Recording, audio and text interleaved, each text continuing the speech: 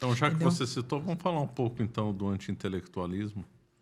Então, olha, os movimentos sociais, no geral, eles, historicamente, eles são marcados por um investimento em educação. Por exemplo, falar do movimento negro, que é o movimento que eu tenho mais escopo, mais para falar, né? Nenhum momento do movimento negro você encontrará ativistas falando que educação é desnecessário, que ler livros é desimportante, que intelectuais são bobagens. Você não vai encontrar isso, nem no Brasil, nem nos Estados Unidos. Não vai. Hoje vai. Hoje vai. Por quê? Porque a intelectualidade, a produção intelectual coloca em xeque esses pressupostos repassados na prática política. Então, por natureza, o ativismo woke, ele acaba sendo anti-intelectual. Eu estou dando um exemplo do movimento negro, mas isso se aplica a outros movimentos. O movimento feminista, a mesma coisa. Comparar o que as feministas da década de 20, década de 30 produziam com o que elas produzem hoje, tem uma diferença enorme. Enorme. E olha, isso não é uma validação do feminismo. Muito chato ter que falar isso, ter que dar o meu braço torcer para feminista, mas é verdade. Naquela época, elas produziam um material muito mais substantivo, um material mais dedicado, uma crítica mais ponderada, com mais acento na realidade. Hoje, elas estão resumindo as suas demandas numa histeria, um loop de histeria. Estão abrindo mão de uma racionalidade que elas reclamavam no passado. Elas reclamavam disso, era o ponto de reclamação, né? Que os homens esperavam que as mulheres fossem mais emocionais que os homens, né? E, portanto, não serviriam para determinadas funções intelectuais. E elas trataram de contornar isso, mostrando a realidade. Né? Não só elas, como outras mulheres envolvidas em grandes acontecimentos, grandes fazeres, né, da humanidade. Né? E hoje não. Hoje elas não estão fazendo, mas elas estão abrindo mão dessa atividade de raciocínio para fazer um grito e repetição de jargões. Você vê o ativismo político repetindo jargão atrás de jargão. E quando você vai perguntar, destrinchar esses jargões, a pessoa não consegue responder, ela não sabe responder. Ela não sabe responder e te acusa de uma série de nomes, porque você, obviamente, não quer estar naquele conjunto de nomes. Ninguém quer estar racista, fascista, ninguém quer estar claro. misógino, não. Então, é um jeito que elas encontraram, um jeito muito bom, de silenciar as pessoas. Essa tática de repetição está presente em todos os movimentos, basicamente, identitários hoje. Então, o movimento negro, o feminista, o transativista, o veganismo, né, que virou um movimento. Eles fazem a mesma coisa, porque eles já perderam a parte da intelectualidade, porque eles estão trabalhando dentro de pressupostos específicos. É como se eles trabalhassem com histórias para acomodar as suas crenças. Não importa se é real ou não. Se a realidade contraria os dogmas, então a realidade está errada. Entendeu? Então, nossa realidade vale só mais pode... o mito do que a verdade. Então, a realidade está errada. Então, quando feministas hoje falam, mas você hoje só pode escrever livro.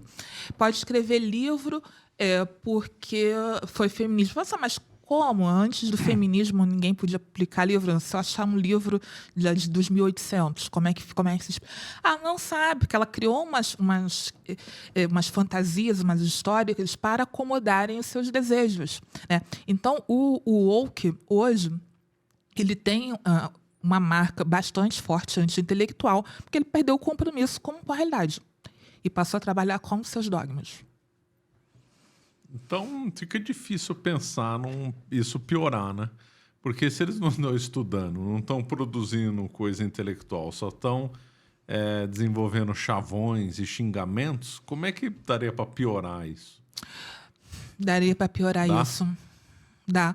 Porque eles podem avançar em outros campos que a gente não consideraria. Por exemplo, a gente sabe que dentro da universidade isso que eles fazem passa tranquilamente, né? Porque a universidade é um lugar cheio de gente branca de classe média, cheia de culpa. Está cheia de culpa porque ela nasceu privilegiada, então ela quer compensar abrindo mão do cérebro dela, né, do raciocínio dela para as classes que elas consideram oprimidas. Então, assim, a universidade é um lugar ótimo para eles. Mas e dentro da empresa? Porque a empresa tem um pragmatismo, ela tem que dar lucro, a função da empresa é dar lucro. Como é que funciona dentro da empresa? Será que nesse ambiente a cultura woke floresce? E se começar a florescer lá, num lugar que dá emprego para pessoas, e como é que faz? E tá começando a invadir locais que a gente não consideraria. A gente pode achar que é desimportante estar na universidade, que não é. Mas dentro da empresa, como é que faz? Dentro de ambientes empresariais. Ou então dentro do governo. Porque o governo também está replicando isso. O atual governo tem feito isso. Eu sei se vocês acompanham ministérios temáticos, como das mulheres, igualdade racial. Que bom, que alegria para você. Mas aí eu acompanho pelo serviço de acompanhar, que eu tenho que estar por dentro. O Ministério da Igualdade Racial ele é um acampamento de ativismo. Isso é ridículo. Isso é ridículo. Eu tenho uma postura de não ir nas postagens comentar coisas que eu não gosto. Não faço isso com ninguém. Mas no Ministério da Igualdade Racial, olha, eu vou, sabe? Porque eu fico assim, cara, como é que vocês estão fazendo isso? Vocês são Estado, vocês não são coletivos. Da UFRJ, não são, vocês são Estado, vocês têm que comportar que nem Estado. Teve um vídeo do dia 13 de maio falando que a princesa Isabel ela não fez nada pela abolição, que foi uma ficção. Eu falei, gente, isso é uma fala que cabe dentro de um coletivo de estudantes, que é uma narrativa política. Isso não é um dado. Vocês são Estado, vocês têm que se comportar como Estado. Eu fiz um textão, igual uma feminista, entendeu? Fiz um textão no comentário. Nossa, gente, vocês têm que se comportar como Estado. Isso é ridículo. O movimento abolicionista foi multifatorial, envolveu forças de várias áreas de sociedade, demorou um tempão. Não é essa narrativa que foi só um grupo contra outro grupo, princesa branca. Gente, isso é uma coisa que é uma quarta série. Fiz um vídeo institucional falando que a princesa branca não libertou os negros. Gente, o que é isso? O que é isso? Então, essa tendência woke contaminou o ativismo identitário. Entendeu? O movimento negro ele não era desse jeito. Se for olhar, a história não era assim. Tanto aqui no Brasil como no exterior. As Panteras Negras, quando eles estavam ocupando escolas nos Estados Unidos, eles davam um valor enorme à intelectualidade, à educação. Vocês não encontrar nenhum falando ao contrário. Não leia, vamos ver, um autor europeu. Não leiam qualquer um autor europeu porque ele é europeu. Certo, ou então entendi. porque ele é branco, eurocêntrico. Não leia porque... Ninguém vai falar isso. A Angela Davis, que é uma das grandes nomes do Panteras Negras, ela fez doutorado na Alemanha, fez não sei o quê. Ela é a pessoa hiper intelectualizada. E os companheiros também. Essa tendência à anti-intelectualização, tem um verniz de politização, é uma tendência contemporânea. Tem algum marco, alguém que está por trás? Ou isso aí surgiu de repente? Assim? Olha, o John McWhorter, que é aquele autor que escreveu o Racismo Woke, que saiu pela Aves Rara também aqui no Brasil, ele é linguista.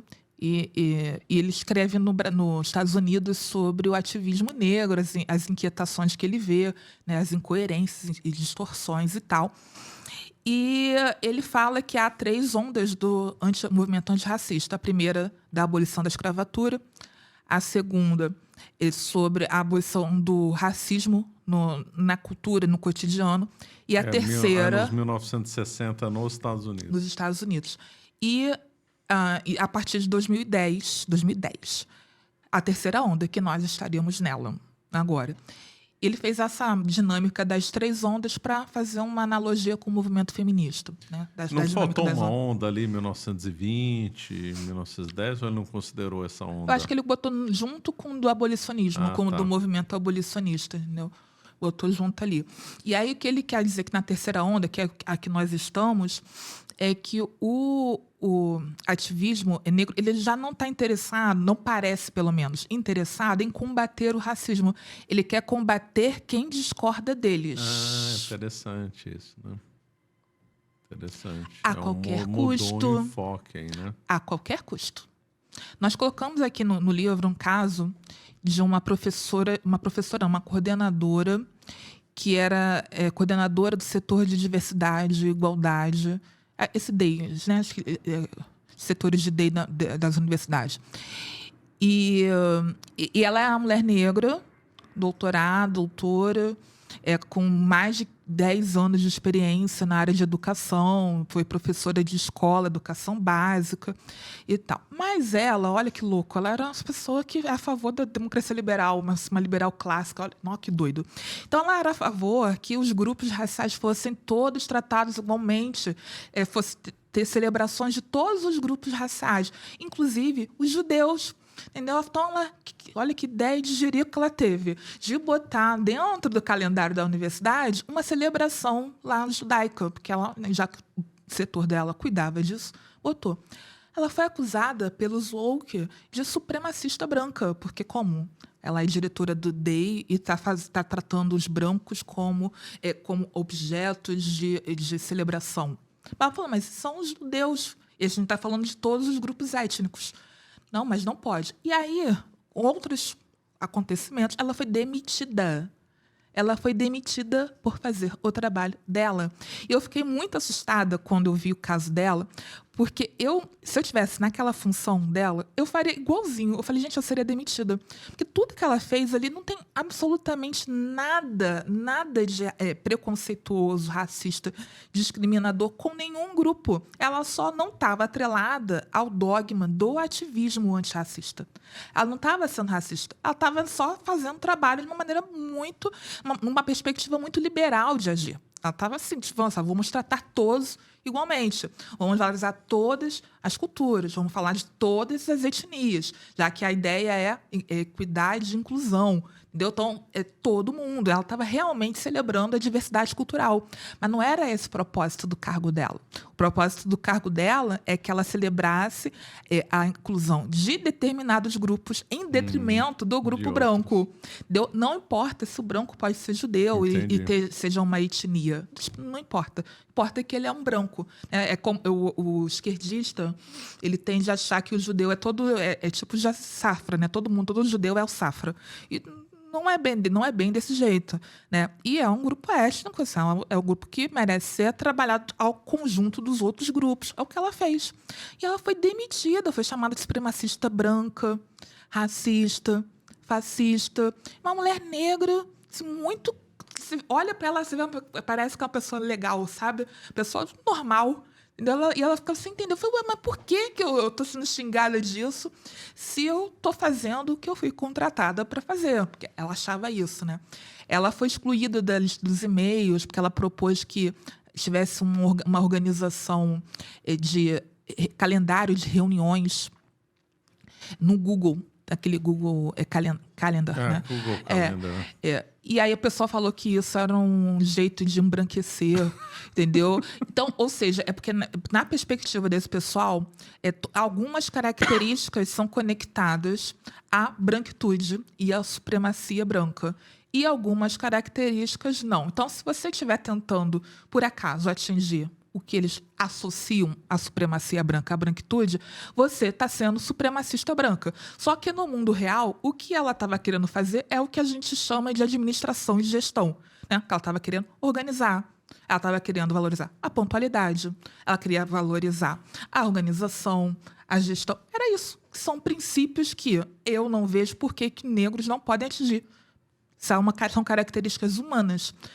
O ativista woke, ele vê essas características como um mecanismo de excluir negros, porque negros estariam em posição de inferioridade, foram oprimidos socialmente, historicamente, tal. Então, não podem atingir tais níveis. Mas isso aí já é um preconceito, já é prévio. Já está agindo com um preconceito, falando que determinadas pessoas não podem atingir um mínimo que a gente pode entender civilização. O woke ele age de uma maneira preconceituosa. Ele, por si mesmo, ele já é preconceituoso. Você acaba de assistir um corte do Caravelas Podcast. Na tela está aparecendo o episódio completo e outro corte. Muito obrigado pela atenção.